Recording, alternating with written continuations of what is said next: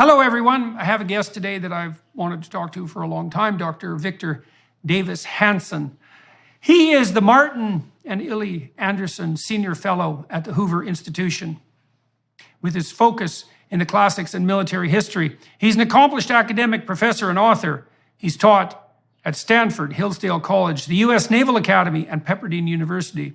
His books, many of them, 26 I believe, include The Second World Wars, The End of Sparta, The Soul of Battle, Carnage and Culture, and The Case for Trump in 2019. But I think we'll start today with a discussion about citizenship. I'll just make a couple of comments. You know, one of the things I've noticed over the last, I suppose the span of my life really, is that during my lifetime, the word citizenship citizen seemed to be replaced by the word consumer, which I always thought was a bad replacement, given that citizen has this, it's got a stalwart and traditional and dignified connotation that the word consumer seems to lack entirely. Well, you wrote a whole book about citizenship recently, and so I thought we might weave our way through that. And you contrast citizens with pre-citizens. The book, by the way, is called The Dying Citizen: How Progressive Elites, Tribalism, and Globalism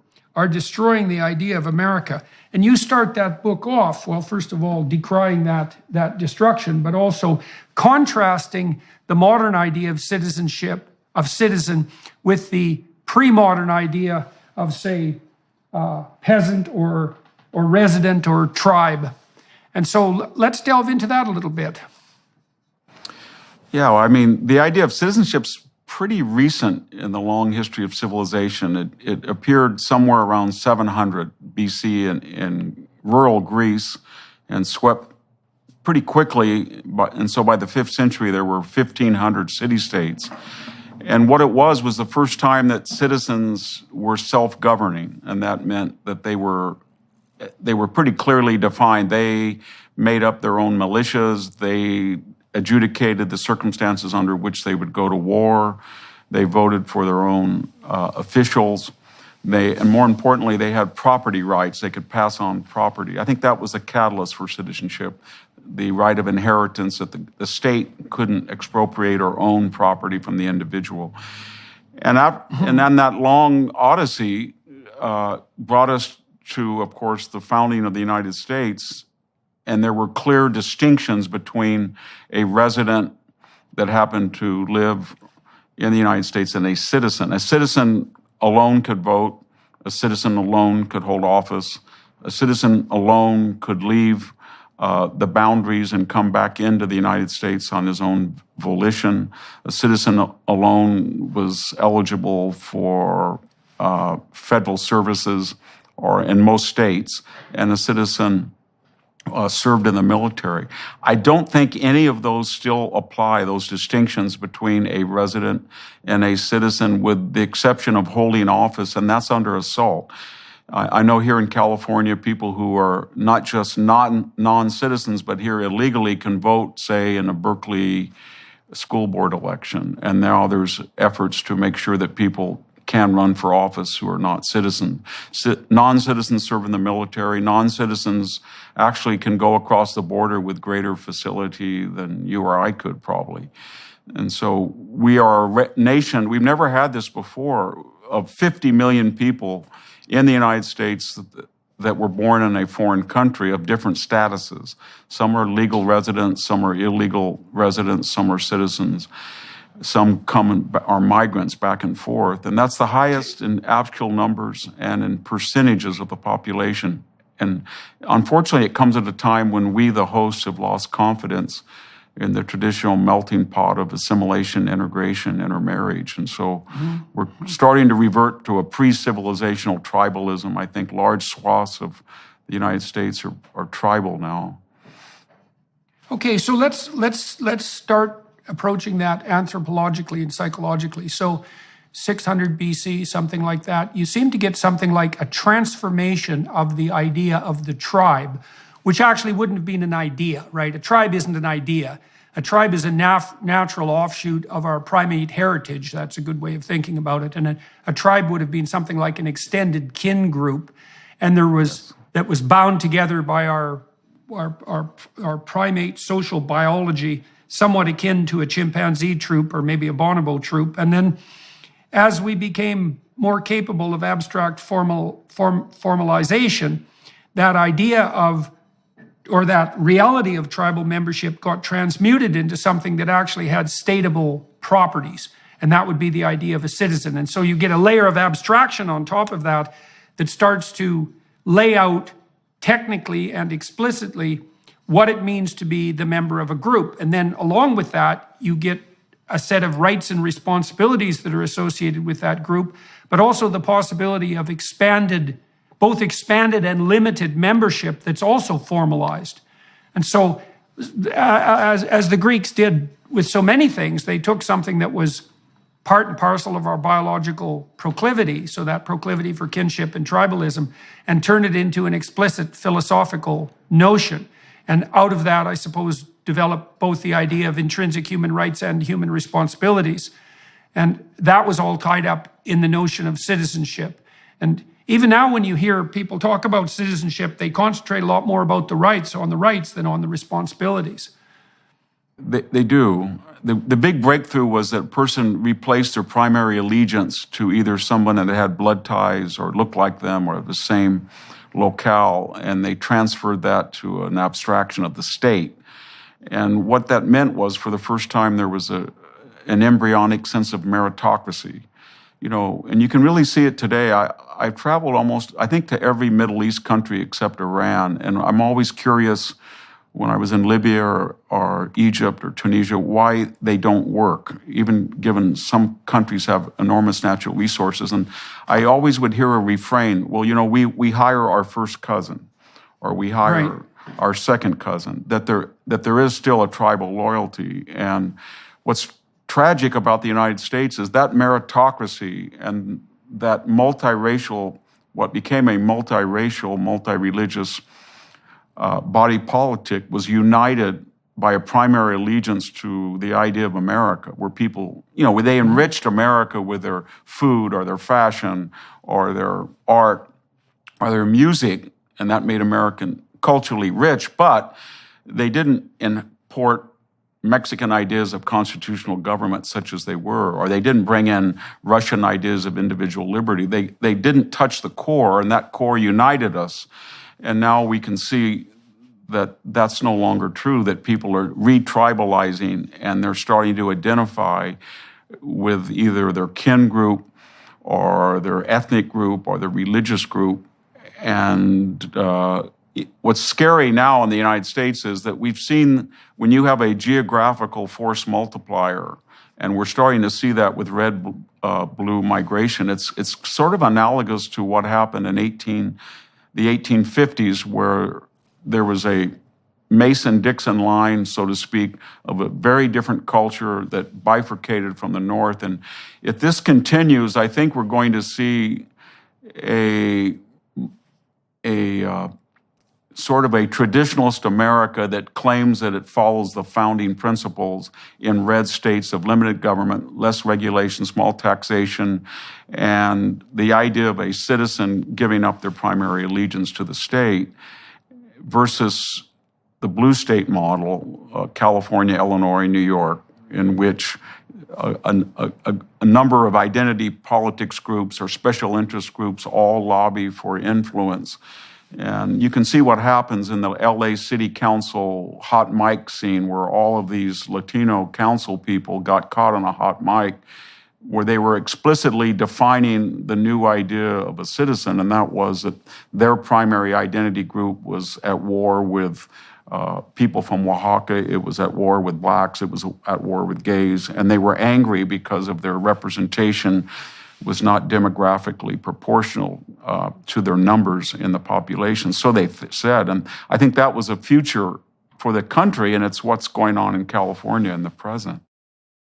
Yeah, so you worry about what you might describe as a reversion to this more implicit tribalism that's predicated on, well, it'd be predicated on religious identity or skin color or linguistic identity, or perhaps shared philosophical identity, although that would be rarer, and that's the counterposition to this more abstracted notion of citizenship. So let's delve into that for a minute, because I think we could lay forth the proposition that unless there's a higher order principle that unites people, either psychologically or socially, then they're disunited. And if they're disunited, they're anxious and confused and aimless and conflict-laden. Like the natural state of human beings in the absence of a unifying principle isn't peace, it's war. And so then we might ask, is there a unifying transcendent principle that's valid, that isn't just another narrative?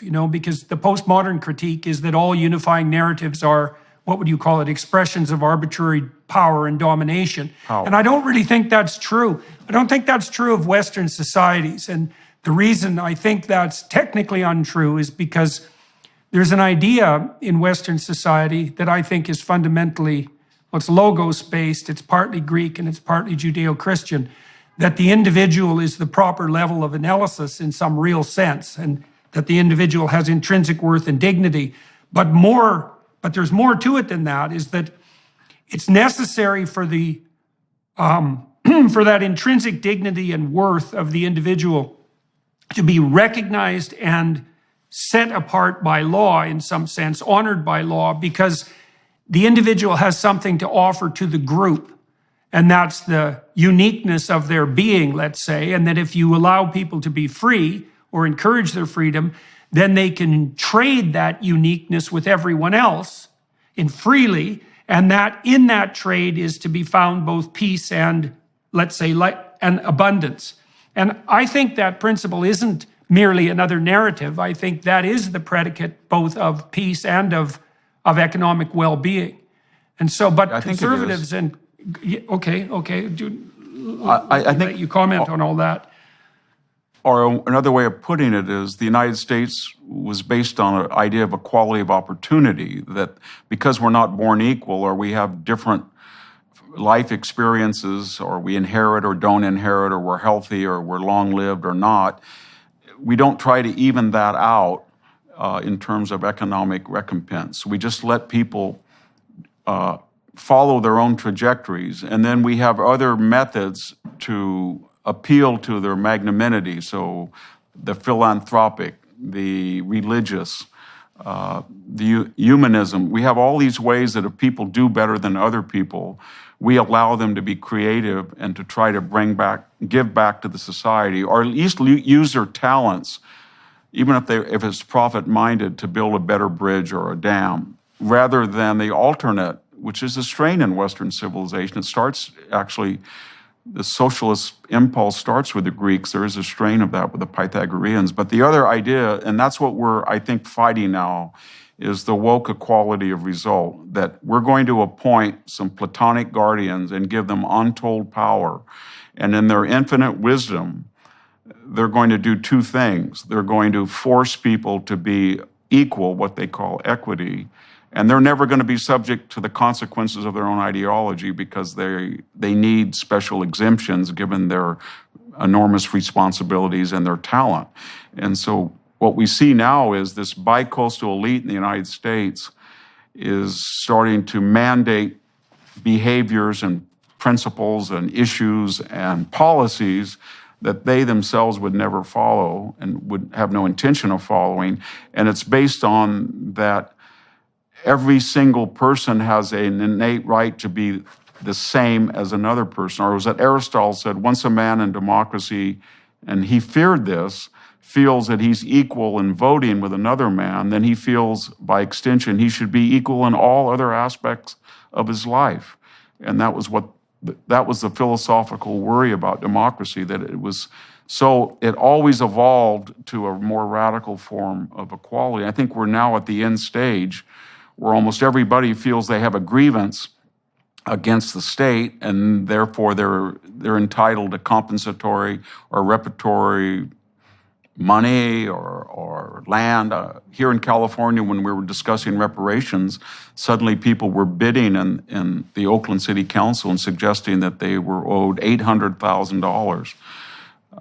And they had a grievance, apparently, even though they were 6 generations away from slavery and maybe 4 from, they were in the fourth generation of the civil rights movement, they had grievances against people who had never had slaves. And California had, for example, had never been a slave state. But it was that mentality. And, you know, a lot of people warned us about this. Tocqueville said the problem that we would face in the United States is that most people innately would rather be poor and equal than all better off, but some more better off than others. And he felt that if that that would be a very dangerous development. I think we're pretty much there now. Yeah, well, that's, I suppose, to some degree, why there's an injunction against covetousness in the Ten Commandments. You know, that you're not supposed to covet or envy your neighbor's donkey or his wife or his house. And Yeah. I mean, part of the reason for that is that if no one can have anything more than anyone else, then no one can have anything at all. And that's generally been the state of humanity for the longest reaches of human history. It looks very much like if we're going to allow a rising tide to raise all boats, we have to allow some people to rise faster than others in multiple dimensions. And I don't see any way out of that, and certainly not the case that these hypothetically egalitarian systems of governance like communism ever produced anything that had less of a Pareto distribution or an unequal distribution than capitalist societies. I mean, everyone was much poorer, but the rich were still much richer than everyone else. And there's also something in there, you talked about identity, and I've watched this happen on the, what would you call it, inevitable consequences of pathological thought front. So the leftists who are pushing for equality of outcome insisted that if there were differences in socioeconomic outcome that you could identify by group, then that was a priori evidence of systemic oppression, let's say. But they fell astray of a certain peculiarity with regards to group identity, which is that group identity is actually infinitely fragmentable. And so out of the initial identity political theorists, you got the intersectionalists who made the case that, well, you were oppressed, let's say if you were Latino, and you were oppressed if you were female, but the joint interaction between Latino and female made you even more especially oppressed, and then you could add gay to that or whatever other. And what you see happening on multiple fronts in consequence is that the litany of potential ethnic groups increases, the number of them, and then the number of interactions increases, and that increases exponentially as you add more identity categories. And what that essentially means is that the problem of computing equity starts to become technically impossible, because every single person's identity is so complex on the intersectional front that there isn't even a hypothetical way of deciding whether any given socioeconomic outcome is equitable. And so when I walked through that, I thought, well, Western culture had actually solved that problem several thousand years ago by pointing out that the appropriate level of analysis is the individual, because the individual has a unique identity that is in some sense a consequence of all their multiplicitous group identities, but singularly, what would you say, singularly representative of each individual. And so then you let individuals compete and cooperate in a fair market, and that's the best possible way of moving towards the right balance between equity and wealth. That's what it looks like. And I think that's right. And you can see that where this leads to, it's logical that you would end up with a Ward Churchill or Elizabeth Warren that by needs would fabricate a victimized identity. She was the first, quote unquote, a Native American professor of law at Harvard on that basis alone. And then on the other realm, when you start to replace class interest or economic status with race, then the left really hit on something. I think it was really Barack Obama in between 2009 and 2016. He took a rather ossified word, diversity, and he recalibrated it to mean we're not going to look for victims on the basis of their income anymore, because that's mutable. In fact, Marxism never worked in the United States because this free market capitalism and a lot of free land in the 19th century was always a movement of upward mobility, and therefore you would never have a continually oppressed class. In fact, today people go up and down, out and in of the middle and the upper middle classes. So what I think Obama did was he redefined race in America as not a binary between 88% white and 12% black, but he came up with this word diversity that replaced class differentiation or class oppressions or class grievances. And he said it's 30% of the population we're going to call them non-white and therefore they're diverse. And then where we ended up, it was this ridiculous situation where, to take a caricature, you have Meghan Markle, the Duchess, who is half black, lamenting to Oprah Winfrey, who is a multi-billionaire, about their shared grievances as being non-whites, or LeBron James complaining. And so that was a very brilliant thing the left did, because once they made race the arbiter of oppression and being the oppressed and the victimized, then class didn't matter anymore. And now we have this elite who says that they're not white in a particular percentage, and all of a sudden we don't really care about the circumstances of their home, their car, their wealth, their income. It doesn't matter anymore. They're going to be perpetual victims on the basis that they are diverse.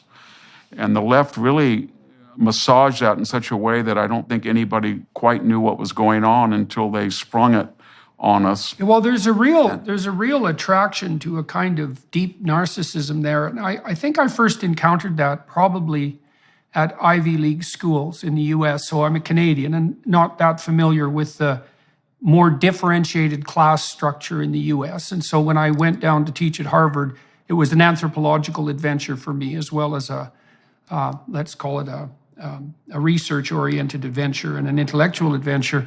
And I didn't understand as much as I do now what dynamic the Ivy League schools played in the US in terms of ensuring upward mobility. And I knew at Harvard, I believe it was when I was there in the 90s, the estimate was that 40% of Harvard undergraduates would be billionaires by the age of 40.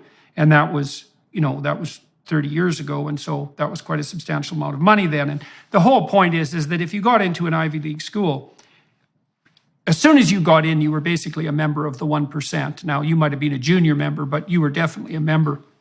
And I thought that was perfectly fine because the Ivy Leagues did a damn fine job of merit-based selection. Now, it wasn't perfect. There were legacy students, for example, and there was a bit of play in the system there. But fundamentally, Harvard and the other Ivy Leagues had transformed themselves from old boys clubs in the 1960s into highly elite intellectual institutions by the 1990s. But then what I saw too, and this was so interesting, was that being junior members of the 1%, with almost certain hallmark of long-term success as a consequence of Ivy League admission, wasn't enough for many students and their idiot professors. They had to have the label of oppressed working for them too. So you had this strange spectacle, as far as I was concerned, of these unbelievably fortunate Ivy League students who were offered an opportunity that, is really unparalleled in human history, not only benefiting as a consequence of being the beneficiaries of this amazing system, but simultaneously claiming the status of the poor and oppressed, and claiming at the same time to be avatars and representatives of that oppressed group. And I thought, Jesus, you guys, being rich and powerful in junior form isn't enough for you. You have to have all the virtues of the rich and all the privileges and opportunities, and you have to have all the virtues of the poor and oppressed at the same time. It's that just seems to me to be a bit much. And you see that reflected in the people that you're describing, who have this unbelievable wealth and opportunity, and who yet put themselves forward as, canonical victims of an oppressive system. I think we're going to see in our lifetime, though, the end of the Ivy League, Stanford, Berkeley cattle brand as a mark of entree into the 1%. And by that, we're no longer into when we had proportional representation at admissions and hiring, that was sort of the modus operandi until George Floyd. So 12% of the student bodies were African American, even if they had, on an average, 200 points less than Asian students on the SAT, or we had about 65% white. Asians were, of course, treated like Jews in the 1930s. They were Right, discriminated right. against, so their numbers would only be about 20%, where otherwise they would have been 40, and Latinos are about 12. But after George Floyd, we went into a radical compensatory or repertory admission. So Stanford, where I work, just announced their new class profile. It's 23% white, and out of that, 54% are women. So, and you have about 12% white males, and the SAT to accommodate that became optional rather than mandatory. But here was what was interesting about some of the statistics: they would not allow anybody to have information about how many students that were admitted this year actually took the optional SAT. They wouldn't release that. But they did, for some reason, release the fact, and I think they were proud of it, that of those very rare students, I think it's 0.1 or something, who get a perfect score, which is almost impossible to do on the SAT, in math and in the analysis and, of course, in English and composition, they rejected 70% of them.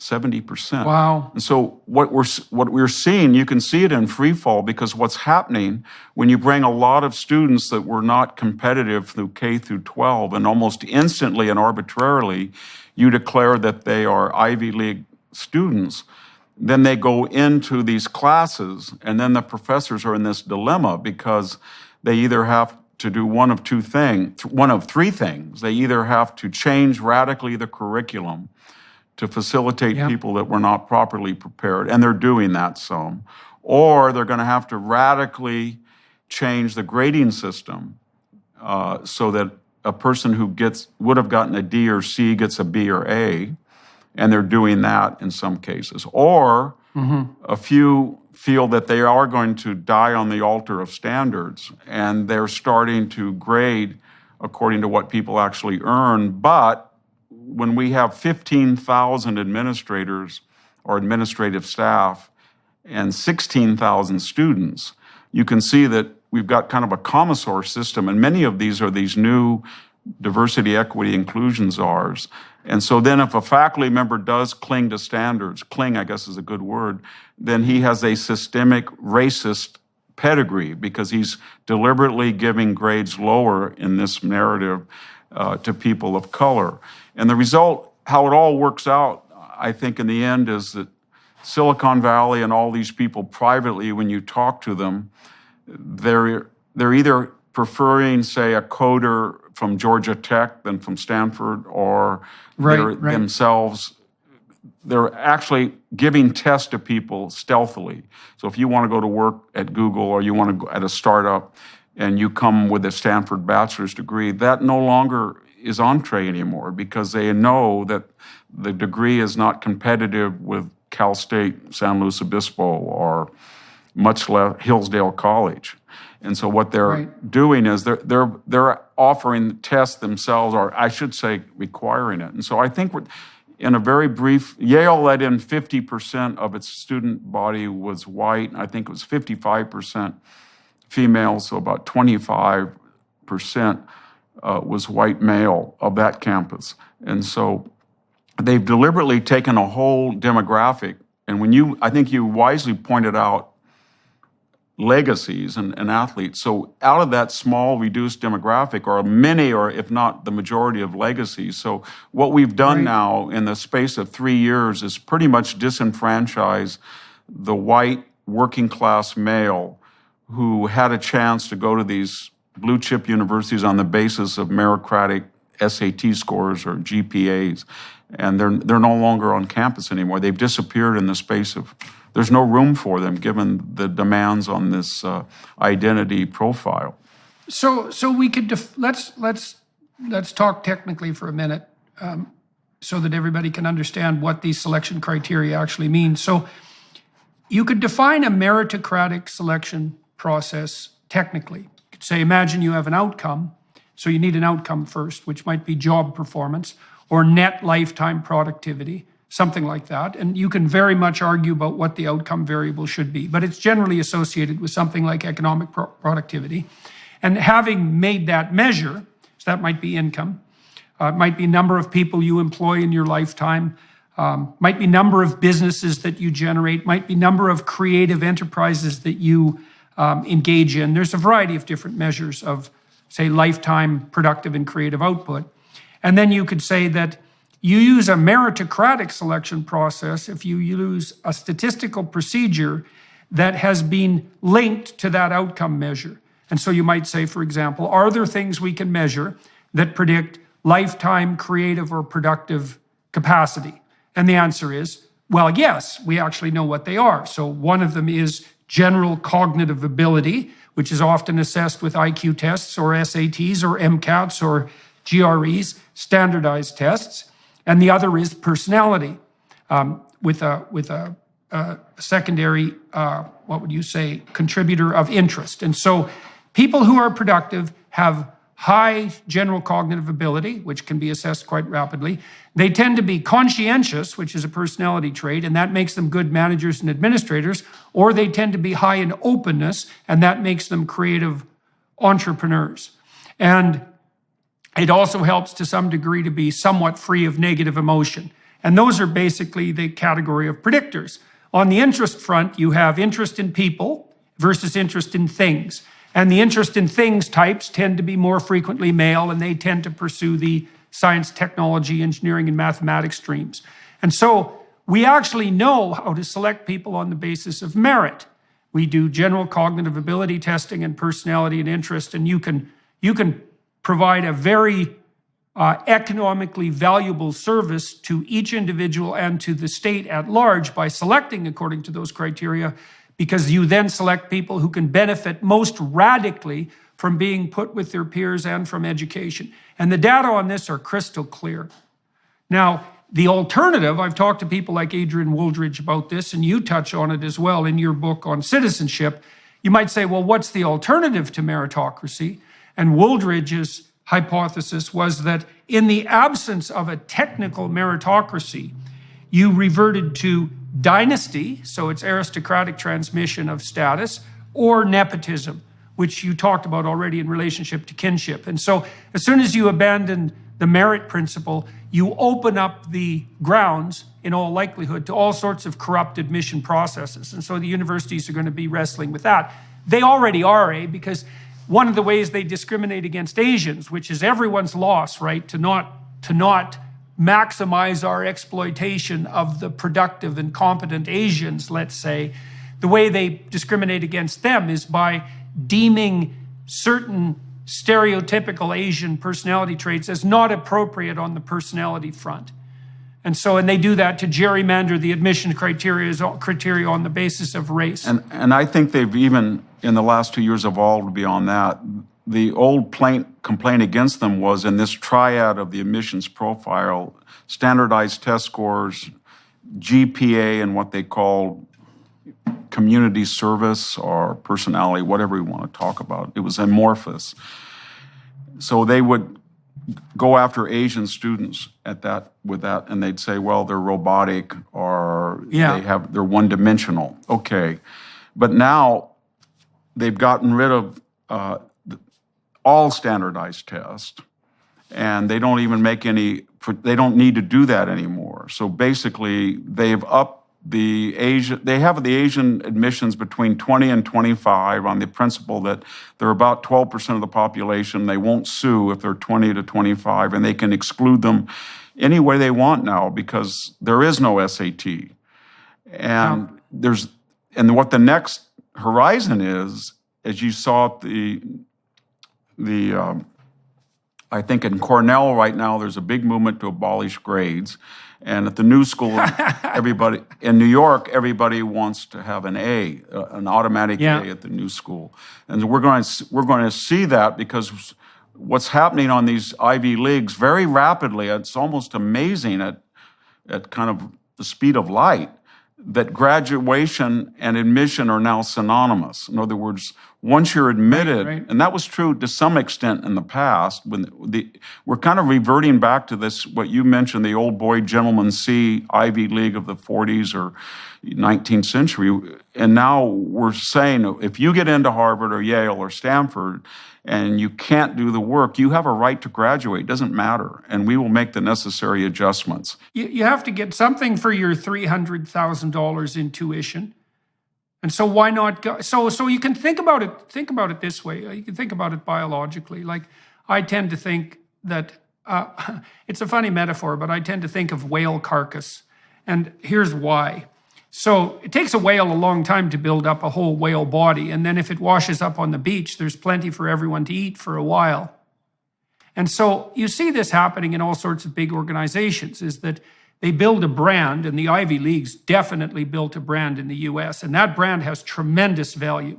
For a long time, because the Ivy League admission standards were so high, you could be virtually certain that if you hired a graduate, they were going to be statistically likely to be top performers. And that was all a consequence of the admissions, the stringency of admissions policy. Very little a consequence of the quality of education, by the way. It was almost all, and all the business schools know this too. They know perfectly well that a huge proportion of the value they offer prospective employers is a 99th percentile score on the MCAT at admission for their MBA students. They bloody well know that. I've talked to dozens of them. And so for a long time, because the Ivies were so meritocratic, they could justify what they were charging, and they could justify their stringent selection because there was an immense demand for their graduates, especially on the financial industries front, right? Most of the kids that I taught at Harvard, strangely enough, went off to pursue careers in finance, which I thought was kind of a shame, because Harvard wasn't producing many scientists, for example, but whatever. Their cognitive capacity and their work ethic were highly valued by potential employers. Well, so now you have a pool there that's basically a brand, right? And it's value for the taking. And so because the Ivies have generated this reputation of high quality, that can be exploited. And what's happening right now is a huge invasion of parasitical exploiters. And a huge portion of those are the administrators. You said, what, there's 15,000 administrators at Stanford for 16,000 students? Yes. That's hilarious. Yes. That's hilarious. There's no way that can last, man. So no, I mean, it's very similar to the Russian army in its disastrous year in 1940, latter part of 41, when they had so many commissars that were overseeing military operations that had no intrinsic worth other than to impede and supposedly make sure that everybody was a proper Marxist-Leninist, that the German army almost got to Moscow. And then, of course, Stalin stopped it. In extremis, he said, you know what, we're going to start getting people like Konev and Zhukov and go back to a merit system. And what's sad about the university, they're adopting almost something like the commissar system, where we have these intrinsic, and here in California, almost every university has a diversity oath where a faculty member has to state explicitly what they have done and what they will do to encourage diversity, equity, inclusion. And every candidate has to make a statement about what they have done in the past and to show their commitment, kind of like the loyalty oaths, as you remember in the United States in the 50s. And it's very, this destruction of meritocracy is taking on all of the aspects in the past that were failed. So we have a commissar system that failed. We had the loyalty oath that was it was a war. It was a antithetical to meritocracy. And then by getting into these on the basis of race, and then not having to be subject to meritocratic performance standards, it's kind of like the British Army in the 19th century, or especially the late 18th century, where you could buy a captaincy. In fact, you had to be an officer, you had to put up money. And the irony was, one of the reasons of the startling success of the Napoleonic system was that after the revolution, they did have a meritocratic standard for officer corps, and the marshals of France were not all aristocratic. They were merit-based, and the French army ran wild for 15 years on that basis until it was exhausted. But the point I'm getting at is, if you thought you couldn't come up with a better system if you planned for years how to destroy this Ivy League brand than destroying standardized tests, admitting people that could not take the test and perform at a level that would be, I guess you would say, admissible at almost anywhere else. I taught at Cal State Fresno, and Cal State Fresno for 20 years I taught there. Those standards at that time that I was there were, the admission standards are more rigorous than the Ivy League now. Everybody had to take the SAT. You don't have to do that anymore. And we never had people, it was politically correct, but we never had people looking over our shoulder. We never had students that would report us for untoward language or unwoke language, or we never had a dean call us up and said, "You're late on your diversity statement." And so it's inviting a level of corruption that's, the corruption of this system is just, because we have these people who are writing these statements, and I've seen them, and I mean, it's tragic. It's tragic, if not pathetic, where they're saying, and when I was 8 years old, I sat on a bus with people who weren't white, or on the other hand, when I was 15 years old, somebody called me a name, and ever since, I've been cognizant of the racist nature of America, and none of this has anything to do with being able to teach a classical language or build a bridge or design a coding system. And it's going to have consequences if it hasn't already. I think it already has. Well, I know that in the UCal system that 75% of applicants for junior faculty positions have their applications rejected on the basis of inadequate DEI statements before their research dossiers are evaluated. And so here I guess is the optimistic side. So tell me what you think about this. So I'm involved in two new university enterprises. One's at Ralston College in Savannah. We're trying to build a humanities research or humanities institute there. And we had our first class this year, and that went extremely well. Very, very carefully selected students. We had an applicant pool of 1,000 so that we could choose 25 students, and we screened them in every possible manner and had a bang-up class. And so that's sort of a bricks and mortar institution, and we'll see how that goes because that's complicated. But I'm going to start an academy. My daughter's working on this in November. We've got about 30 professors on board now, called the Peterson Academy, and we hope to drive down the cost of a bachelor's degree. We'll start with the humanities and the social sciences to $4,000 in total. Now, it's hard to replicate the social element of university, and that's a huge part of university, is the new peer group and the people you meet and all of that, and the apprenticeship element. It's hard to virtualize that, but when I hear the sorts of things that you're talking about, then what leaps to my mind in some part is market opportunity. Because the fact that students are now paying an insane amount of money, hundreds of thousands of dollars, to go to an Ivy League institute that is simultaneously failing to educate them, siphoning their future earnings into the pockets of greedy administrators and ever more of them, and sabotaging their own brand simultaneously. It just looks to me like that is not a sustainable model. And you said, that you believe that the larger companies, for example, Google and other companies that are actually concerned with performance still, are going to stop regarding an Ivy League degree as a brand of capability. And so that means it'll, over a 10-year period or 15-year period, they're going to scuttle their own economic model. Maybe there's all sorts of opportunities for new education. I think there is. I agree with you entirely. There's 650,000 fewer students in America than last year, and about 2 million fewer than 10 years ago.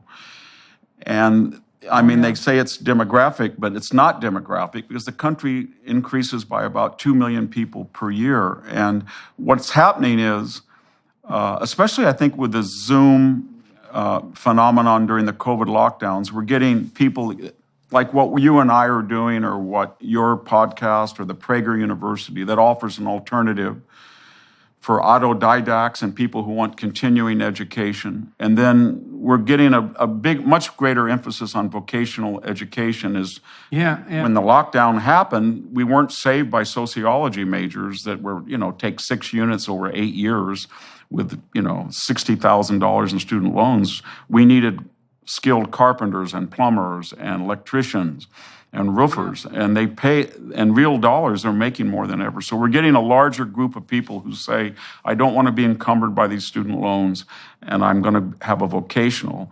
And then, as you say, the third alternative are these schools. A college like Hillsdale traditionally had about 1,000 students. I think it's up to 1,600, and their dilemma right now, as I understand it, and I teach there a couple of weeks every year for the last 20 years, is they are being flooded by applicants that have not gotten into Harvard or Yale or Princeton or Stanford, and they require SAT. They had already sort of been, in terms of academic rigor or admissions rigor, comparable to Oberlin or Williams or Amherst, but now they've got a real dilemma because they have this traditionalist, I think quite deservedly so, this idea that they teach the whole person. So if you go to Hillsdale College, you learn how to shoot and study the Second Amendment. And lift weights. You lift weights, absolutely. Yeah. It's 100% 360-degree, 24/7 citizenship idea. But when you bring all of these people in that are now looking at a Hillsdale because it is meritocratic and because it has high standards, but many of them are not in any way conservative. And so what do you do if you're Hillsdale when I think they are interviewing them, and you mentioned it, that's why I thought it was fascinating that you're interviewing their applicants. They're interviewing 95% of the people that are applying, and they have to now. Well, they have a code of honor that they enforce quite rigorously at Hillsdale. And, we're also in discussion with Hillsdale with regard to potential accreditation for these online courses, because I really like the Hillsdale model. And, here's something to think about, too, on the technology front. So, I spent a lot of time analyzing the relationship between psychological testing and productivity and creativity across the lifespan. And so I know a fair bit about that, I suppose. And one of the things I did learn was that part of the reason the universities have their degrees are valuable is because they were very careful in terms of meritocratic admission, and they also have a hammerlock on accreditation. And so once you have an MBA, obviously you're accredited as an MBA graduate from a given school. And that means you had a certain peer network and a certain level of intellectual proficiency even to get into the program, certain degree of conscientiousness to rigorously pursue the program and pass it. So the value in the universities, in large part, is nested inside the accreditation. Now you could imagine, and I don't think this is technically impossible, you could imagine a system of blockchain accrediting tests that would be freely available to people. I would do this on a for-profit basis, but so that if you wanted to claim Bachelor of Arts equivalents with regards to your knowledge of the humanities, that you could take a set of objective tests that couldn't be mucked about with by administrators and gain your proxy by that manner. So imagine this. It's an enterprise that I've envisioned and we're pursuing at the moment. Imagine I could produce a data set of 10,000 multiple choice questions, say in American history. And I could do that by buying multiple choice tests from high school and university professors all across the country. Okay, now we'd have to administer them to several thousand people, and then we could analyze each question with regards to its accuracy as a predictor of general knowledge domain. You can do that. You can rank order them. Then imagine you have a program that can randomly pick equivalent level of difficulty questions from that whole set of 10,000. You could set up a system that could produce random tests, so they couldn't exactly be faked or cheated easily. And you could rank order people in terms of their knowledge domains with regards to those tests, and you could blockchain it so it would be completely impenetrable to administrative interference. And you could steal the accreditation away from the universities. And I think I can't see any reason at all that that's not technically possible.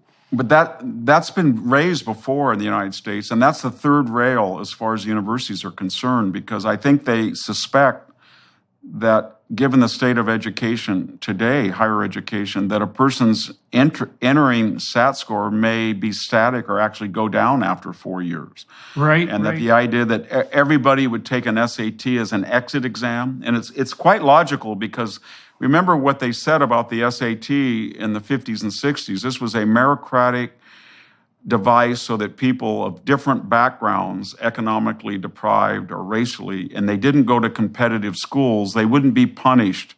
So even though they got A's, Harvard would say, well, you got A's from Fresno, but it's not the same as St. Paul's. And then they answered back and said, but we took the SAT test.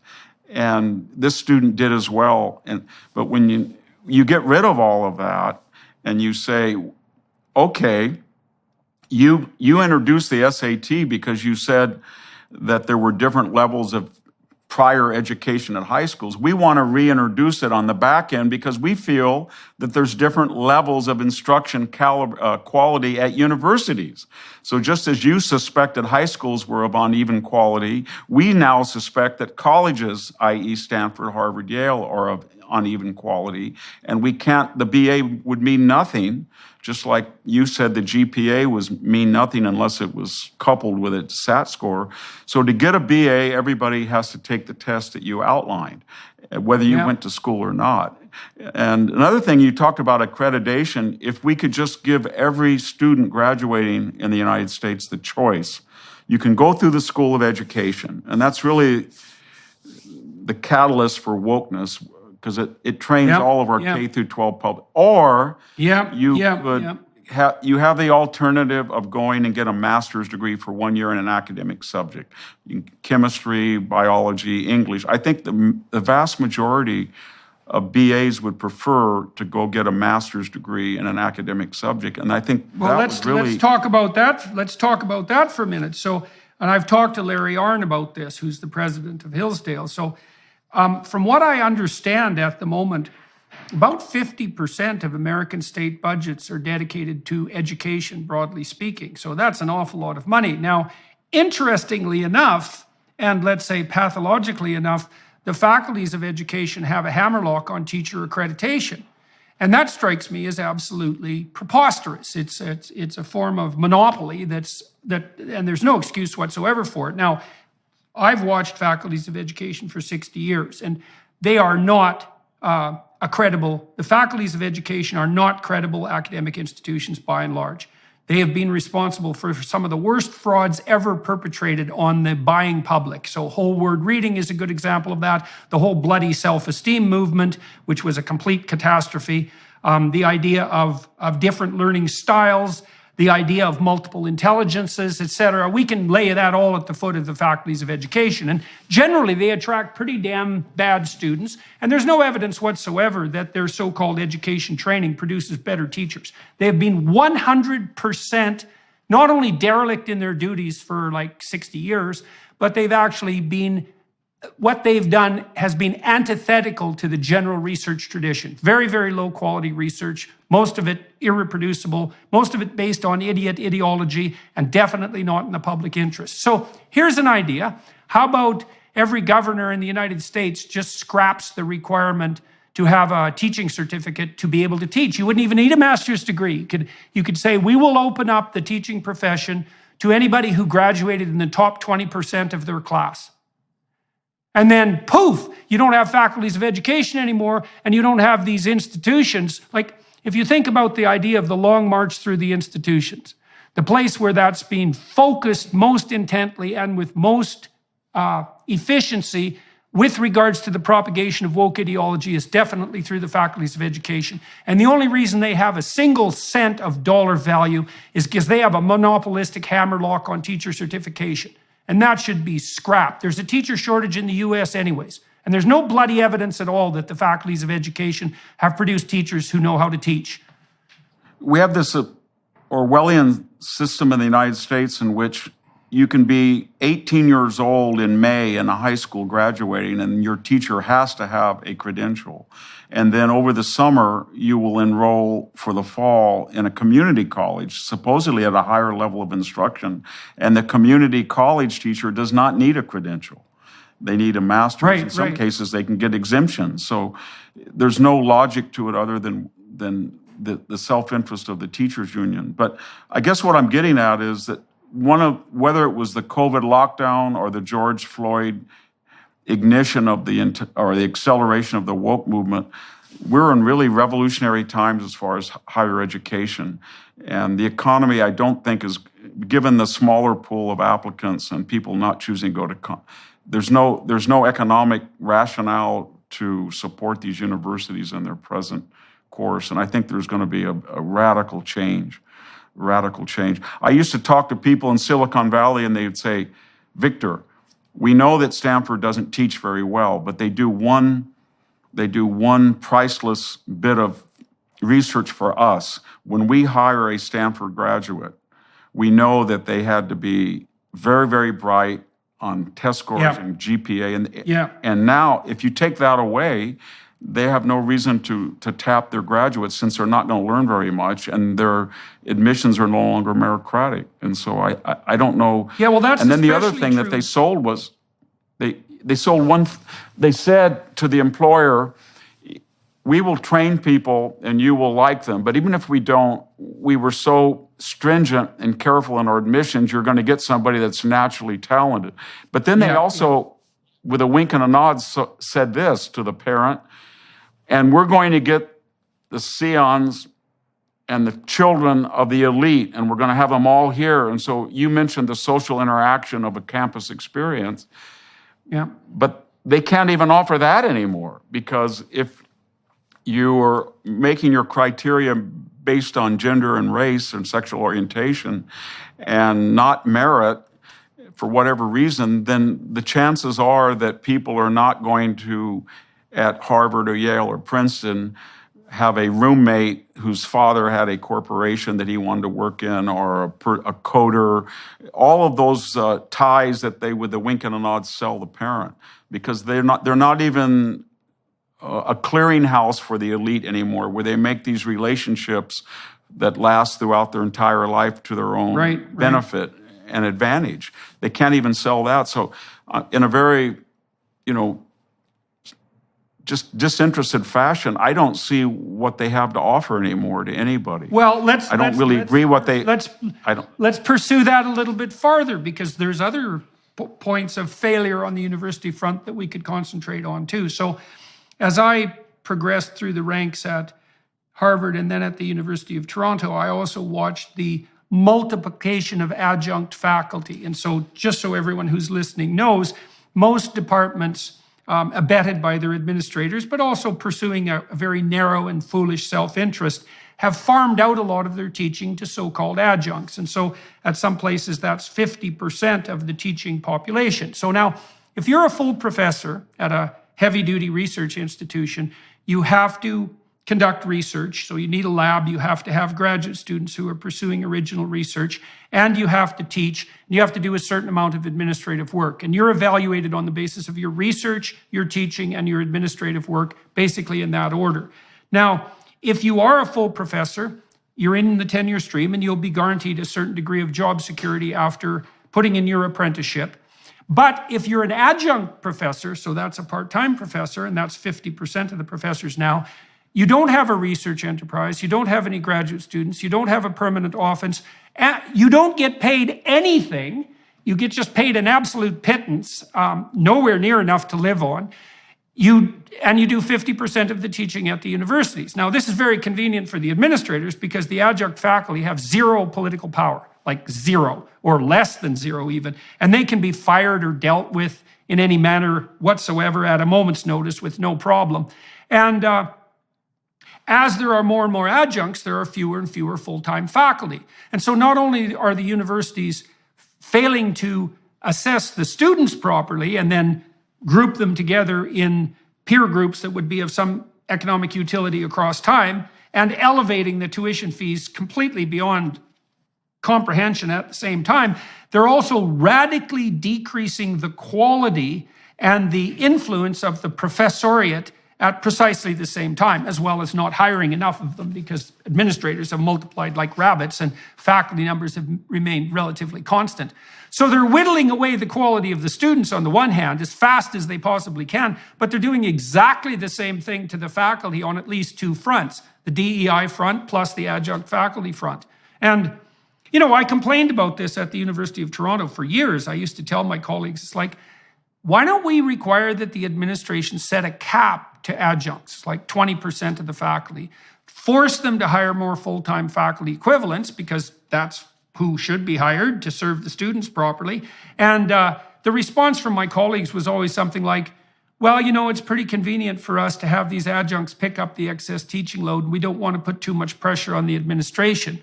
I thought, that's fine, guys. That's a hell of a good long-term strategy. It's like, good luck with that over 20 years. And so here we are now. The universities are making, I would say, 10 fatal errors on the business front, not just one. There's so many errors that it's almost it's a miracle of incompetence. And I do think it's going to produce a precipitous collapse. I do too. And I think just in conclusion that this is all done by egalitarians. These are people who are very critical of Walmart and the gradations in pay, but in fact, there's far greater degrees of inequality and exploitation in the university by so-called liberal people than there are in the American workplace. That's what's so ironic about it. And I'm speaking as a person who was farming and then was as an adjunct faculty for 2 years, and suddenly they made me a tenure track professor. And I just noticed that I was teaching the same teaching load, but I made 4 times the amount of money, and I had benefits. And all of a sudden, I was allowed to use the Xerox machine, which I hadn't been allowed to before. And all of a sudden, I hadn't changed anything, but for the rest of my teaching career, I was very sympathetic to these people who lived in their cars and they went from one community college to state college, and they were exploited. And this was all done by very, very left-wing, enlightened people, so to speak. And that's another story. But well, there's so many things wrong. You said something very interesting there. And I just want to call this out. So you just said that after you were promoted from like peasant adjunct professor living in your car, so to speak, to, you know, reasonable tenure stream faculty member, you got to use the photocopying machine. So this is the level of petty tyranny that these people, what would you say, encounter in the university system. You're an adjunct faculty. You're so far down the bloody social totem pole that it's almost incomprehensible. And for someone to implement a rule like, just imagine the mindset that it requires to implement a rule which is, well, our adjunct faculty are of so little use that it's perfectly reasonable for the administrators to forbid them from using the photocopier. Because you know how often people just do that for fun.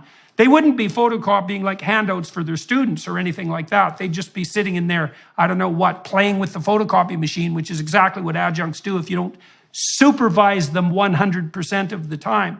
And that's a good snapshot of exactly how universities treat their adjunct faculty, man. It is beyond pathetic. And the fact that it is these hypothetical egalitarians doing it indicates to me that what we're seeing is much more a war on the idea of competence and quality itself than it is any push forward for some hypothetical bloody egalitarian utopia. It's like, we'll destroy the universities in the name of egalitarianism. And the universities are participating en masse in their own destruction. You know, it's hard not to sit outside and think, you people, so to speak, you're going to get exactly what you're aiming at. And isn't that going to be something? Yeah, I think, not that they were, I mean, I was at a point in my life, I started a classical languages program at a state college for mostly minority students. And I felt that it gave an enormous advantage to people who had been disadvantaged to master languages, archaeology, history, literature. But that was a different era. And I can't see that the university is a positive force in society anymore. It's pathological. Almost every bad idea that is reified in the United States has its origins in the university, whether it's critical legal theory or critical race theory or critical penal theory or you name it. It came from university. I was watching a clip of a break Smash and Grab in San Francisco was on YouTube. Yeah, yeah. And I remember a conversation I had with a professor 20 years ago when he was trying to explain critical legal theory. And he said, you know what, we're going to change the legal system because the only reason it's against the law to take a candy bar out of a store is because rich white male heterosexual Christians don't need to steal candy bars. So they made a law. And I said, no. Theft is innate is innate to the human species as pathological. You can't have a civilization with theft of any sort. But that idea that was common has filtered down to the street level. And that's why the universities they're a drag on the economy, they're a drag on the culture, they're a drag on the collective morality. And they either have to be radically changed or destroyed. Those ideas are so pathological that only a half-rate intellectual could possibly believe them. So I studied the development of antisocial behavior in children, criminal behavior, for a long time. And so one of the things we found, so antisocial behavior is extremely stable. And once it's manifest, say, it's very, very difficult to do anything about it, to ameliorate it. There's virtually no evidence on the psychological front of any successful programs in relationship to the amelioration of antisocial personality. And so my research team, I didn't run it, but it was a research team I was associated with at McGill and at the University of Montreal, kept pushing back into childhood development to find the origins of antisocial behavior, because you see childhood conduct disorder in children as a precursor to adult criminality. And we could push it back, we being the broader research community, to 2 years of age. So at 2 years of age, there's a subset of children, they're almost all male, about 5% of males who are temperamentally quite predatory in their aggression. And so they kick, hit, bite, and steal. And if you group kids together in age-matched groups, the most violent offenders are 2 years old. And the violent 2-year-olds are a subset of the 2-year-olds. And so you see that kind of in adult life, because about 1% of the criminals are responsible for 65% of the crimes, typical Pareto distribution. But you do have a subset of kids who will use predatory aggression as their primary mode of adaptation. Now, it turns out that the vast majority of those 2-year-olds are socialized by the age of 4. But some of them aren't. And the ones that aren't get rejected by their peers, because who the hell wants to play with someone who kicks, hits, bites, and steals, and then maybe also has tantrums if they don't get their way? It doesn't make you popular. It doesn't give you friends. And so what happens to those kids is that they fall farther and farther behind in their social development because they don't get into the peer networks, and they retain their primordial predatory aggression as their central means of adaptation. And so the idea that theft and criminality are a secondary consequence of a pathological social system seems to be, well, I imagine there are cases where that's true, but fundamentally it seems to be flawed, right? There is a proclivity to predatory aggression that's part and parcel of the panoply of human possibility, and most people are socialized out of that. So, you know, the reverse is a kind of bizarre Rousseauianism, right, that proclaims that every single human being is innately good, and it's only the corrupt social system that introduces any pathology into reality at all. And that, you know, and only an idiot French intellectual could believe that, and all their American acolytes. I think what's worrisome about all of what we're talking about is that it's not abstract. It has real consequences that filter down. And by that I mean, it's so ubiquitous. The U.S. military now has lowered physical standards in combat and special forces units to accommodate women that have innately, on average, not in every case, but less physical rigor and strength. And they feel there will be no downside. They have spent about 5 million hours going through the ranks collectively to search out what Mark Milley and Lloyd Alston in their congressional testimonies characterize as white rage and white supremacy and white privilege. And the funny thing about it is they have not met their recruitment standards suddenly. None of the 3 branches, and they haven't met the academies have not met their enrollment targets this year. And the reason probably, and there's no scientific data, but I think most people agree, is that for one reason or another, the military, almost like the British relied on the Gurkhas or the Indian Army relied on Sikhs, you could argue that the U.S. Army relied on rural Americans, mostly white males, and south of the Mason-Dixon line. In fact, if you look at the fatality records in Iraq and Afghanistan, they died at about 75% of all combat deaths were white males, and yet they only made up 35% of the population. So here were Milley and Austin suggesting that they were going to be proportional in every aspect of the military, or repertory, in fact, except they never mentioned the data on the combat dead. And so what they essentially have done in the space of just about a year and a half, they've told all of these families, even though you went to Vietnam, and even though your son went to the first Gulf War, and even though it's a family tradition that your grandson fought in Afghanistan, now your great-grandson is going to turn 18, we still suspect that you suffer from white rage. And even though you died at double the numbers of your rubric, we're not going to count that. And so they've just said, we're done. We're not going to join. Go get somebody else from one of the... And that's happening everywhere in this country right now. And it's not just the military. You can see it with the airlines, pilot training. You can see it with medical school admissions.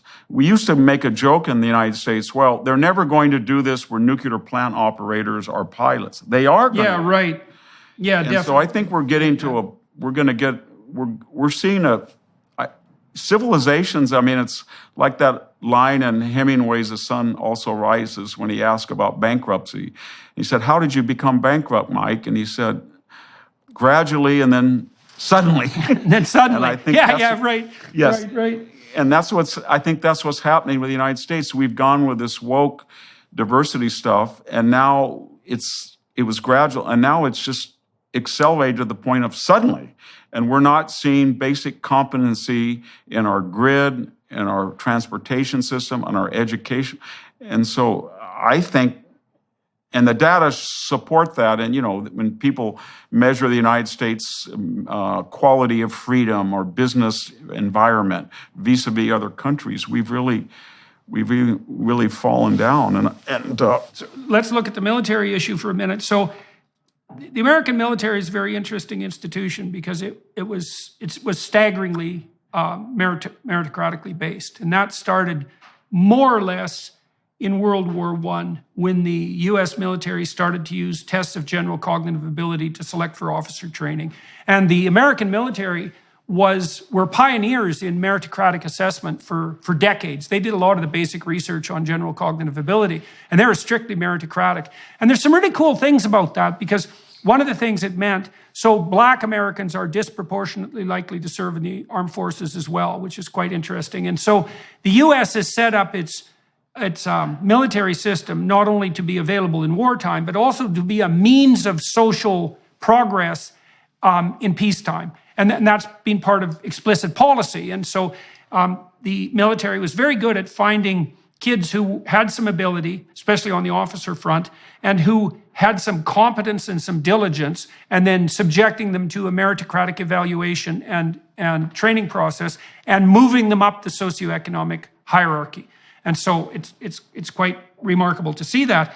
And, I know a lot of military people, and especially at the higher ends of the performance spectrum, they're a very singular type of person. I mean, one guy I know, for example, a Texas Ranger, I talked to him about when he decided he wanted to be a Texas Ranger, and he said he was like 5 years old, when he knew he wanted to do something that was military and specialized. And he was one of these people who, he was only interested in training if it was almost impossible, insanely rigorous, and strictly meritocratic.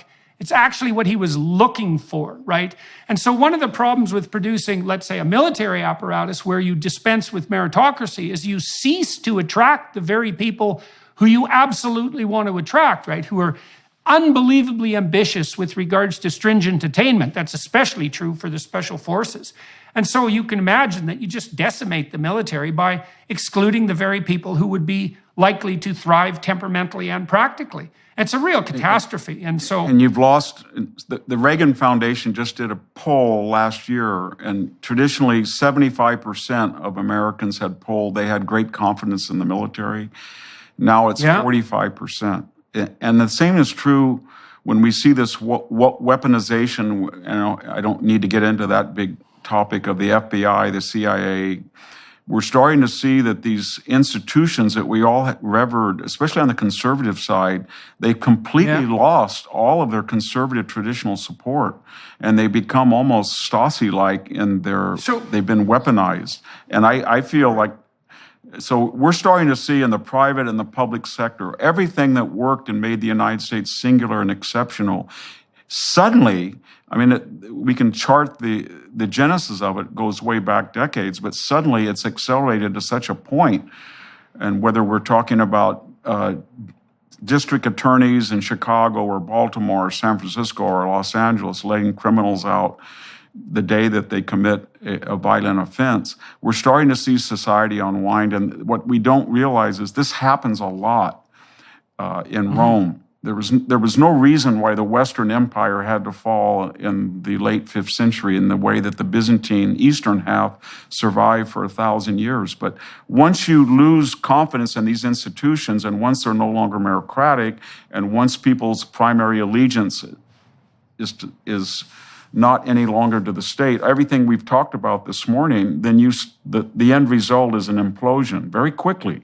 And I think we haven't, well, this is a real conundrum for conservatives. Maybe we can start to talk about Mr. Trump here a little bit because of this. So here's the dilemma that I see with regards to conservatives, especially on the populist front.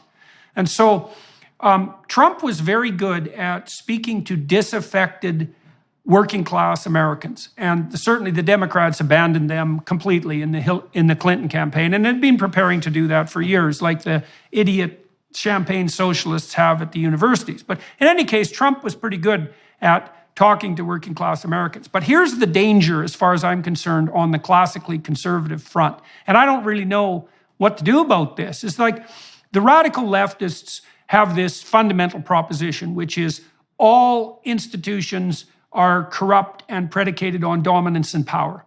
And so that's kind of their leitmotif. But now, you have people like Trump who come in as outsiders and say, on the populist front, hey, everyone on the right, on the conservative side, working class side, let's say now, all your institutions are corrupt and basically predicated on, dominance and power. And I think, well, this is a big problem because the conservatives are objecting to the corruption of the institutions in the manner that you just described. They're captured by the woke ideology. But the underlying message to people is kind of the same, which is our fundamental institutions can no longer be trusted. And the problem with beating that drum on the conservative side, as far as I can tell, is that you add fuel to the fire on the left side. And so then you're in the position, and we can talk about the role of the humanities and education there, you're in the position of asking yourself, well, if you are a conservative and you're traditionally based, but you believe that the institutions have been corrupt, how the hell can you plot a pathway forward without falling prey to exaggeration of exactly the concerns that the radical leftists are putting forward? Because they say the same thing. The institutions can't be trusted. It's like the spirit of the institutions can be trusted. I would maybe differ just in two regards. One is, I think they used to say the institutions can't be trusted, but it was the left that egged on the Russian collusion hoax, the laptop hoax, the Ping and the Alpha Bank hoax. And it was the left who said that James Clapper, who lied under oath once, and John Brennan, who lied under oath twice, and James Comey, who feigned amnesia 245 times under oath, and Andrew McCabe, who lied 4 times under oath, and Anthony Fauci, whose latest interrogatory was just a mishmash of I can't remember, I don't recall. So, and they are all iconic in the left. So the left has basically said these institutions got so unwieldy, and 2 million people working for the federal government, and the regulators who were not elected alone had the expertise of this huge Byzantine complex because elected officials come and go, but the EPA guy is always there, and he knows every judge, jury, executioner, legislative, judicial, executive power, all in one person mode of operating. That the conservatives said, we've got to break this up. We've got to take the FBI office and put it in Kansas City. We've got to cut 10% of the workforce. We've got to make sure that HHS, it shouldn't even be in Washington. We've got to get rid of the Department of Energy. I remember Mr. Perry, the Texas governor, said, I'm going to get rid of 3 agencies. Unfortunately, he couldn't remember which ones they were on the debate stage. But that's what conservatives were doing. But the left is saying, well, just as you have lost confidence because they're over-regulatory and they're intrusive and they are anti-constitutional and they go after the individual, we find them now for the first time quite attractive because in our Davos agenda or our Great Reset agenda, whether it's mandating green energy or mandating equity or mandating vaccinations, we find these institutions suddenly, for the first time in our lives, very, very attractive. And so they've inherited them and adopted them now. And it's uncanny to watch. All right, so it is uncanny to watch. I mean, one of the most miraculous things I've seen in my lifetime is the insistence by people on the left side of the spectrum that pharmaceutical companies can be trusted. So that's just like, everything is absolutely upside down when that happens. Okay, but you're pulling out something that's very paradoxical, because on the one hand, we've already established the case that this fundamental critique that's emerged from the universities is a critique of institutional reliability. And the basic doctrine is one of power, is that all institutions are predicated on the expression of arbitrary power, and they can't be trusted, especially if you're not in the power elite. But then you say there's a paradoxical side of that, which is that at the same time, the same people, at least with regards to their political and philosophical orientation, are increasingly willing to utilize large-scale social institutions to put forward a given agenda. I suppose maybe the difference there is that the left is perfectly willing to trust large-scale institutions if the institutions operate under the rubric of their ideological theory. Absolutely. So you could make that case. They get rid of all this. Yeah, absolutely. They get rid of all of the Sturm and Drang of discussion and the Congress. When they take the military over, they worship the chain of command, because whether it's transgendered subsidized surgeries or women in combat units, they can effect social change in an authoritarian chain of command fiat. So everything that makes these institutions skeptical or suspicious to the traditional supporters, that they've taken away the power of the individual, they are commissar-like, they're ideologically weaponized by the left. All of those things make it attractive to the left. So it's one of the strangest things, I think, in the history of the country, how the right has backed away from all of these investigatory agencies, military. They don't trust them anymore because they've been, I guess their DNA is like a virus, has been recalibrated against the individual in traditional America. And the left comes in and says, we like what they're doing. We like their overreach of civil liberties because that's the only way that we can affect these changes that 51% of the people don't want, and because they're stupid. But when you control Silicon Valley and K through 12 and Hollywood, now the military and the FBI and the CIA and the DOJ, now we can finally enact change without public support. And so I don't know where it's all going to end, but the conservatives have backed off, and in that vacuum, the left has moved in. So, one of the things I really appreciated about reading Solzhenitsyn's Gulag Archipelago was his insistence that what happened in the Soviet Union was not an aberration in relationship to the set of ideas that made up the communist utopian vision, but a fulfillment of the, what would you call it, of the core content that was implicit in the original doctrines, right? Because the apologists on the left constantly, and still do to this day, say, well, real communism has never been tried, which I think is one of the world's most appalling excuses, by the way. But independent of that, the real notion was Well, a system of ideas had been produced that had a certain degree of internal coherence. And then if you launched that system into the world, it would run algorithmically and produce certain outcomes. And it did that in country after country. And the problem, in some sense, with the discussion we're having now is that we're not making a distinction between the they that are putting forward these ideas and the algorithmic, what would you say, impetus of the system of ideas itself, right? Because it's not exactly a shadowy cabal of conspiracists operating behind the scenes to bring this about.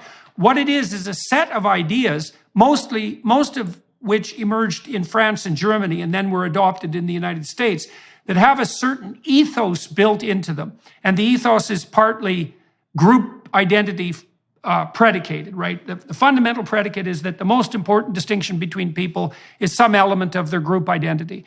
And then there are ideas associated with that, like all outcomes should be equal, or that's evidence of the dominance of something like arbitrary power. And another ethos would be the fundamental motivating principle of the human race is power and domination. And so those ideas have an ethos that makes itself known across time, and it elaborates, and then it becomes a system of ideas that possesses individuals, and then they act in concert with the ideas. But you don't need a formal conspiracy. No, I think I think I agree in a similar way. I think what we're witnessing now is the end stage of what was Wilsonian progressivism, elements of the New Deal, the Great Society program, all of which could be justified by the left to address the needs of the day and maybe to rectify some of the rigidity of the American system. But ultimately, it was built into them that eventually it would appear in this latest manifestation, because it always on the horizon there was the idea that we're marching toward radical egalitarianism by fiat, and that requires a level of coercion that's antithetical to a democratic society. It's in Plato's Gorgias, I think Socrates at one point says, well, in Athens, they will not be happy until the dogs and the donkeys can vote. And what he's trying to say is that each element of expanding the franchise, justified as it was, ultimately is going to end into the absurd, because there's always going to be somebody who says that he doesn't have the same franchise as someone else. And I think it's very similar. Like, well, that's always the case. I think it's built into this mindset or ideology. It's once you threw out the Bourbons, that was justified. And then you had the Constitutional Republic. Yes, and you can see that was. And then you had Danton. But ultimately, whether you knew it or not, you had a rendezvous with the Jacobins, just like you had a rendezvous with the Maoists. Right. Just like Kerensky and the Mensheviks had a rendezvous with Bolshevik. It was headed that way until if somebody didn't derail it. And I think that's where we are today. Okay, so this allows us to return to a theme we didn't develop enough, which is part of the purpose of a true humanities education is to transmit the difficult to acquire knowledge that actually allows people to become wise enough to forestall that inevitable deterioration towards an idiot and vengeful egalitarianism. Yes. Right? It takes a lot of training. Now, you said you had taught ancient languages, for example, to minority students, and people listening might think, well, what the hell good is that? And let me make a case for what good that is very briefly, because it's a case for the humanities, and you can comment on that. Well, first of all, there isn't anything you can do to empower people, which is a word I hate, more effectively than to teach them how to be deeply literate and historically knowledgeable. If you're looking to facilitate people's ability to make positive changes in their own life, there is nothing you can do that's more helpful to that than to make them literate. And if you want to help them understand who they are in the deepest sense, over and above the superficial attractions of tribalism, let's say, you have to educate them deeply in this historical realm that requires the acquisition of explicit knowledge about the central nature of the human being. And that would be the distinguished citizen, let's say, someone capable of upholding the responsibilities of a citizen and someone worthy of the rights that are part and parcel of that. And without a deep humanities education, all of that disappears because it has to be transmitted explicitly. And so that was the proper role of the universities for years. It was. As I envision it, our role was twofold, that we were going to teach a method, the inductive method, as opposed to the deductive method, so that people, when they looked at the human experience via art or literature or history, they would look at exempla, and then they would come to a general overriding conclusion that took the evidence, rather than say, I have an idea and I'm going to cherry pick the evidence. That was one thing that we taught, the Socratic inductive method. The other was we had to give them some kind of arsenal or realm of knowledge or referent point. So I know I used to Xerox maybe 500 terms, ionic order or non-compos mentis, anything I could give as an architecture. And then everybody made fun of multiply. We had mostly essay tests, but I always thought there was a value in a multi-choice test. And key dates, generals, I would always say to the student, when you leave here, I want you to know how far Sparta is from Athens. I want you to give me 3 reasons quickly why the Mycenaean Empire collapsed. And it was funny because some of our students would sit in on interviews from Ivy League professors, and they would ask these questions. And these professors, I should say ABDs, didn't have any answers for them. They had no practical knowledge. And then one student said to me, well, why are we doing this? And I said, well, it's so that you don't have to repeat every life experience that you have. You're going to learn what is wise and stupid by experience, and often that experience is going to be deleterious to your character or your fortune. But you don't have to fatal. Yeah, you don't have to do that all the time. If you think that sometimes people who are right are punished, or the more moral a person is, the more that he's hated, it's not you alone that experiences that. You can find comfort in Antigone. Or if you can say the race goes not to the swift, and why I had a student came in and he said, you know what, I'm the best tackle on the team, but I never get a chance to play because I don't kiss up. And I said, then you're old Ajax, and what are you going to do about it? But that's the dilemma of Ajax and the Sophoclean play. Right. So that was some of the things in a more pragmatic sense the humanities were able to do. They were able to give a person a whole reference of knowledge so that they didn't have to live out and learn something by rote or they had an example. And the other thing is it gave them a sense of beauty and style.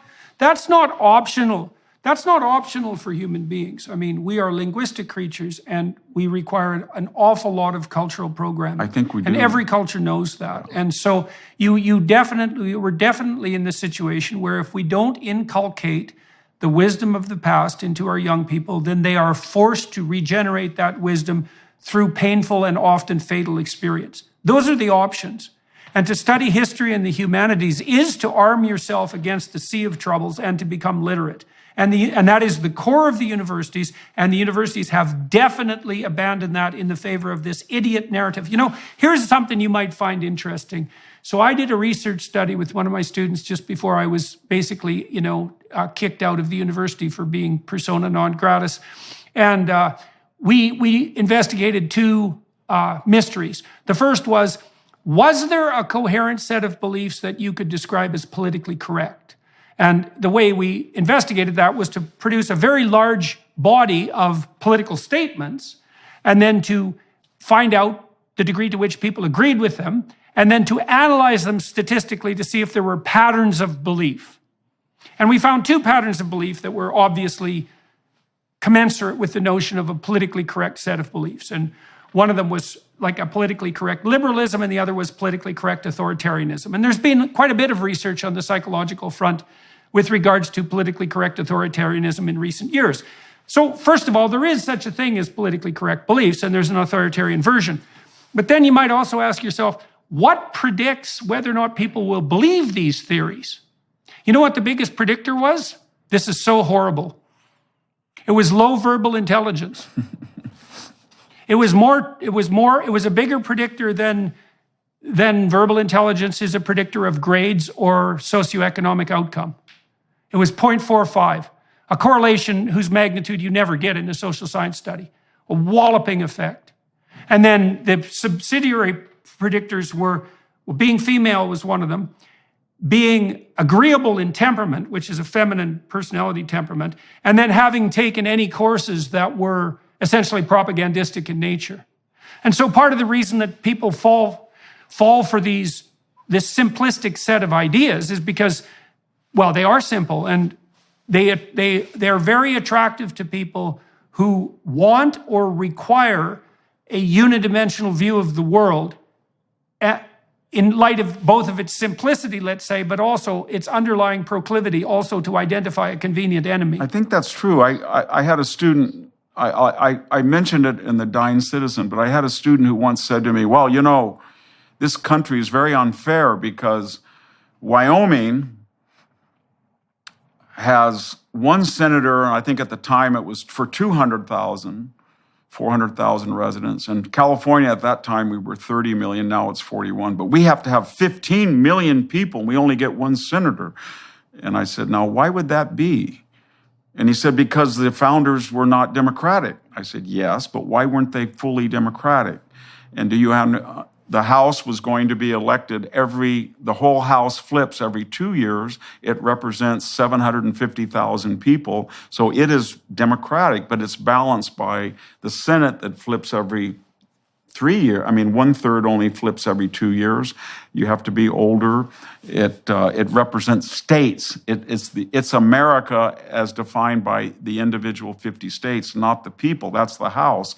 And this then is balanced by the executive. And the person was so arrogant because he was so ignorant. But he had got this catchphrase in his mind that America's a democracy and therefore the Senate's not democratic. And then, so I was very interested in this. And so when I was doing I didn't realize there was a whole body of scholarly literature attacking the Senate from law schools and from political science departments. The Senate is sort of the last target of the left. They're trying to change it. There's a whole body of research showing just how toxic and conservative and anti-liberal it is because it doesn't represent people. It represents states, and that the representatives in some states, senators in some states, have larger constituencies than Senate and the other. And the Supreme Court has already ruled one man, one vote as it pertains to House districts, and therefore it must rule that the Senate, each senator must be proportionally equal. Yeah, well, you know, it's not that, look, you can see that the idea of a distributed democracy has an instantaneous intuitive appeal. It takes a lot of sophisticated thinking before you can understand that there have to be intermediary institutions, right? And part of the purpose of a humanities education was to give people that wisdom. Absolutely. Say, look, the problem with radical democracy is that it can degenerate into rule by the mob, like impulsive rule by the mob. And that's the danger of populism, for example. Of an untrammeled populism. And so you need intermediary institutions. You can kill Socrates and one day. And they have to be set up.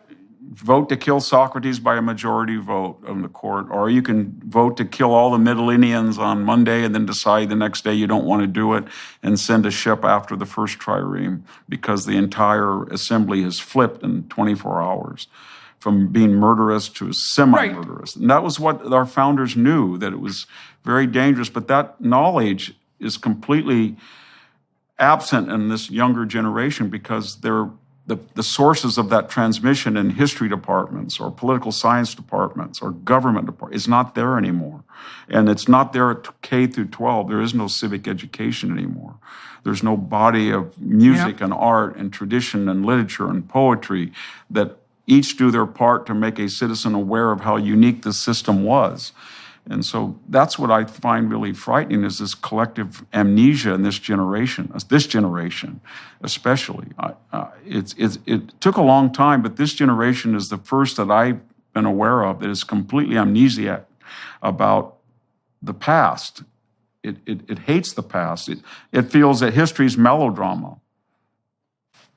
Yeah, those who forget the past are doomed to repeat it. And so that was the role of the university. So look, we've used up our 90 minutes of time here on YouTube. We didn't get to talk about Donald Trump too much, but maybe we'll have an opportunity to do that again in the future. We did cover a fair bit of territory in relationship to the idea of citizenship and the role of the universities. And so I think that was useful and apt. And I do believe that, there are stellar opportunities on the educational front at the moment as the responsibility for proper education is abdicated by the universities. There's an economic opportunity and a conceptual opportunity. And, the US is a pretty damn dynamic place on the entrepreneurial front. And it certainly might be the case that new institutions will arise to fill the void that's left by the universities as they collapse. And it might be that places like Hillsdale are on the forefront of that. We'll see how that happens. Thank you very much for agreeing to talk to me today. And to all of you who are watching and listening on YouTube and associated podcasts, I'm going to talk to Dr. Hanson for another half an hour on the Daily Wire Plus platform. I like to delve into people's biographies to see how their career got its start and how it developed across time. And so we'll delve into that. And it's a pleasure meeting you, sir. And thank you very much for agreeing to talk to me and to everyone else today. And Happy New Year to you. And we'll flip over to the Daily Wire Plus side. Goodbye, everybody who's watching and listening. Hello, everyone. I would encourage you to continue listening to my conversation with my guest on dailywireplus.com.